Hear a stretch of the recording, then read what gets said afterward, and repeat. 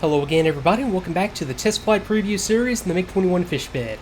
And I've got the engines up and running. I'm ready to taxi now for my cross-country navigation mission going from Sanaki Kolki up to Krasnodar Airfield, my new base of operations. And, okay, I am ready to taxi. I'm going to go ahead and call Kolki Tower and request taxi. Go ahead and get the canopy. Okay, locked and pressurized, and if I wanted to open it, it's eluded me up until this point, but there's the, you just press right here on the red placard if you want to open the canopy. That is going to change actually on the release version. It's going to be somewhere else that is a little easier to find. I don't know how I missed that all this time, but yeah, that's where, at least on this preview build that I'm working with, you will open it. I think it might be down here somewhere, or it just might be right back up here actually to open it on the release version. I don't know. Doesn't really matter. Okay, I'm clear to taxi. But first, let me go ahead and go to the intermediate position on my flaps. Let me go external real quick. And oh yeah, I meant to use a different skin because I think I've actually used all the different skins that are available, at least the ones that I've been able to find at this point. There's just great skins. These are really well done. Okay, so visually verified. And I'd have my crew chief actually help me out on a lot of this process. It wouldn't just be me up here doing all this stuff. But okay, flaps are down. Let me go ahead and do a quick check of my speed brakes. That's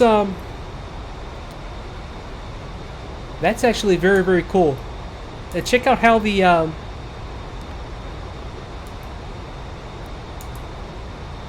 forward speed brakes come down. I wonder if I've got to research this in the manual because obviously the aft speed brake is not going to use with the tank. I wonder if you're even supposed to use the speed brakes at all with that centerline fuel tank installed. I've got to research that. That might be one of the cases where I'm supposed to pull the circuit breaker or something for the speed brake system. If I have a tank installed, that's something to research. I'm very curious about that now. Okay, so let's go ahead and taxi. Okay, I got my brakes held. I'm going to, okay, release. That was a good check of the pressure. Okay, another good check of the brakes. Okay, good to go. Now, let me go ahead and take her on out here to the end of the runway. And somebody pointed out that I might have been a little bit confusing on my description of the nose wheel steering system. It's not a traditional nose wheel steering system. It doesn't have like an actuator attached to the nose gear that moves it around. It's a free cast-steering wheel, and all your steering is done by differential braking, and I think I might have been confusing because you don't have to have the brakes engaged to get nose wheel steering out of it, so maybe nose wheel steering was just the wrong term to use. It's done by differential braking, and I believe there is a little bit of residual pressure left in there. Even with the brakes not engaged, it allows you to still get a little bit of steering out of the nose wheel, so you don't have to engage the brakes, in other words, for nose wheel steering to work. But yeah, it's not a traditional nose wheel steering system, although it is still, there's nothing else to call it, so I'm kind of in a bind here. So I'm ready for takeoff now, and let me see if I'm missing anything here. I usually am, and okay, let me see. Okay, I've got to engage my nose wheel brake system. So I put that switch over there to that position. Okay, I've already got my flaps. Okay, I've got my navigation set up for the initial leg, so I'm going to be on the ARC system. So I should have my pointer. Okay, this pointer is the one that's going to be pointing towards the station. Right now, when you see it up at the 45-degree position like it is right now, it either isn't picking up the station or it's not configured correctly. And I wanted sector 3-1, number 3. I'm not getting anything. I think I will once I get airborne. There is a limited range on this, and it does work off a line of sight. So yeah, once I get airborne, I'll get steering on that first ARC station. So it's going to be a left-hand turn to Station 3. So I'm right here, take off in this direction, left-hand turn to Station 3. Yeah, confirmed. Sector 3-1. Okay. Now let me go ahead and okay, I've already got takeoff clearance. I'm just looking to see if I'm missing anything. Let me do my landing lights. I better remember to retract them, otherwise I run the risk of them getting damaged, but I think that's about it. Not using JADO, so okay, that's good.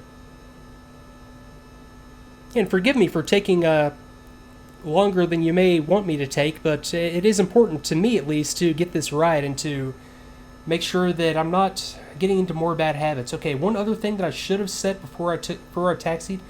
This dial sets the radar altimeter low altitude warning altitude. So I'm going to set that to 100 meters. So when I descend below 100 meters, I'll get a light. I forget exactly where it is. Oh, right here, the dangerous altitude light.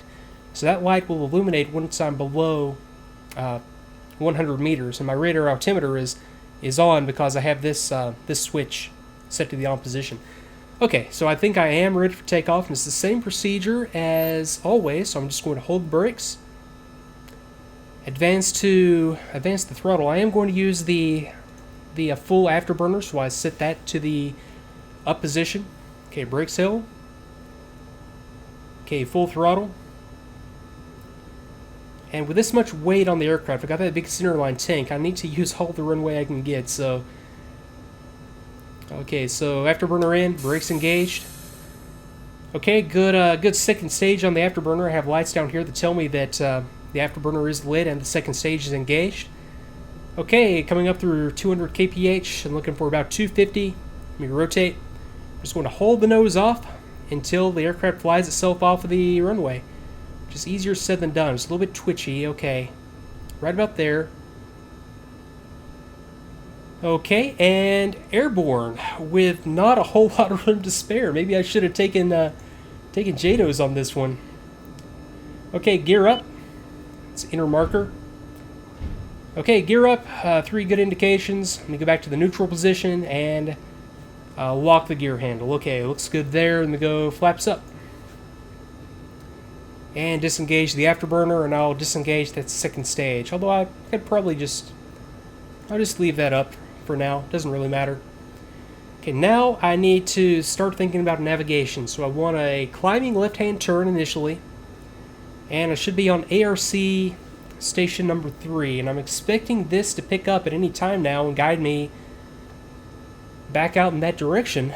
Although, it's possible I don't have something configured correctly. I'm in the ARC position. I've got my ARC system on. I've got position 3. We just go for some more altitude. Maybe it's just that I'm out of range. Okay, there we go. So, yeah, that was it. I just need more altitude so that I pick up a line of sight. And now, there we go. The circle on this indicator is the direction that I need to be flying. So what I want to do here is just fly directly overhead of that beacon and then come up with a bearing off of that beacon to fly. That's going to take me out to Sochi Adler Airfield, which is my next destination after this little beacon. Okay, so that's got me set up for a direct overflight of the beacon. Let me just trim out here for a nice climb, get some altitude on the aircraft so that I'm not burning so much fuel down here at low altitude.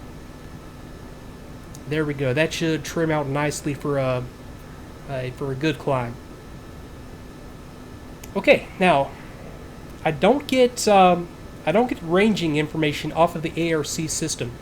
That's only off of the RSVN. Is that right? Yes, RSVN system that I get ranging. So I have the RSVN set to 14, which is Senaki-Kolki Airfield. So right now, the range that I get up here on this panel is the range to Senaki-Kolki. So I'm about 12 kilometers to the whatever direction, to the northwest of Senaki-Kolki, as I can tell by this, indication up here. So that's how I get ranging. So what I need to do now is figure out a good bearing to fly, or heading to fly, off of this this first nav point. Okay, so let me come to my maps and see what we can see here. Okay, so Senaki-Kolki, and the nav aid that I'm flying to is right here at Gali. And let me see, can't quite pick it up there on those maps. So let's see. There we go. That'll get me into the right general area. So generally, and I wish we had better tools in game for this sort of thing, although it's my own fault for not figuring out the exact headings that I would need to fly here. But generally speaking, that's about 300, maybe 310 that I need to fly off of that beacon to take me direct to Sochi Adler Airfield. So let me come down here to my, okay, let me tweak my course there to bring it directly overhead the beacon. So I have a course selector that I can set here, and I want to make the course about 310, which is right there. So when I'm directly overhead that beacon, I just need to turn so that I'm flying on that course, and that'll take me directly to my next desired station. And it's really a matter of just doing that over and over and over until you're at your destination. And especially having these RSBN beacons out there that give me ranging. I'm using Sanaki Kolki, so if I had done the mission planning on this more thoroughly, which I probably should have done, I would be able to tell that, okay, I fly out to this beacon at, X distance from Sanaki Kolki. And then from there, I fly, X heading for X distance to the next station. And I do have actually a station that I can pull up RSBN at the Sochi Adler Airfield. So I'm going to actually go ahead and switch over to Sochi Adler. Adler is channel 6. And go ahead and get the range updates off of that station. So there's 6 for the navigation, 6 for the ILS.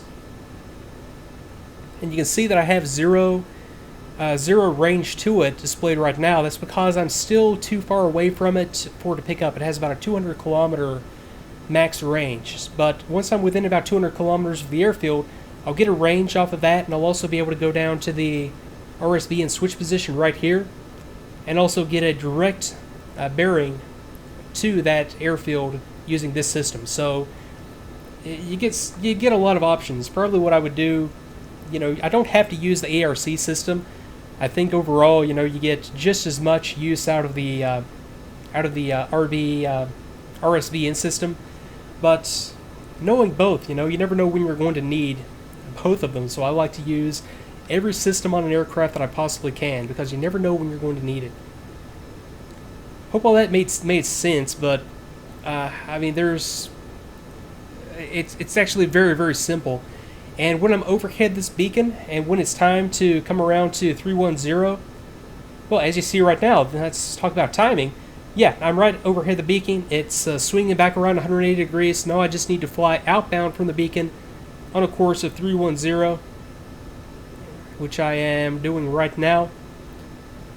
And just continue on this heading until I get to Sochi Adler.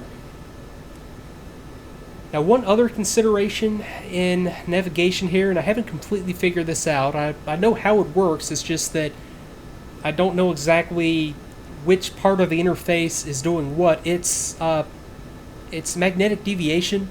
It's the difference between a true bearing and a magnetic bearing. So I was expecting to be I was more down the coast on this leg. I know that the deviation for this part of the world is about 7 degrees, so I might have just been out of calibration there by 7 degrees and actually needed to fly instead of 310 about 3 whatever. And also I eyeballed the bearing to begin with, so it might just be completely off. But that's a good example of the importance of putting mission planning into your missions, especially if you're trying to be precise, hit exact locations to avoid air defenses, or to find air defenses if that's what you're out there to kill. And especially when it comes to hitting time on target, a lot of preparation does go into flying a mission, which I frankly didn't do this time around. It's really don't have to do it, but it would have been a lot better if I'd done that, because I would have been able to tell exactly what bearing that I needed to fly there. But okay, from here I'm just going to continue inbound to the airfield, do some navigation en route. I might put some brakes into this and come back whenever something interesting is happening, or whenever I start to tinker with some of the different systems in the aircraft. But okay, I think I'm going to put a brake here in either case and come back next time with additional navigation and start to I started looking at some of the different systems, especially the stability augmentation system or autopilot that we have. So, thanks again for watching, everybody. I will see you next time.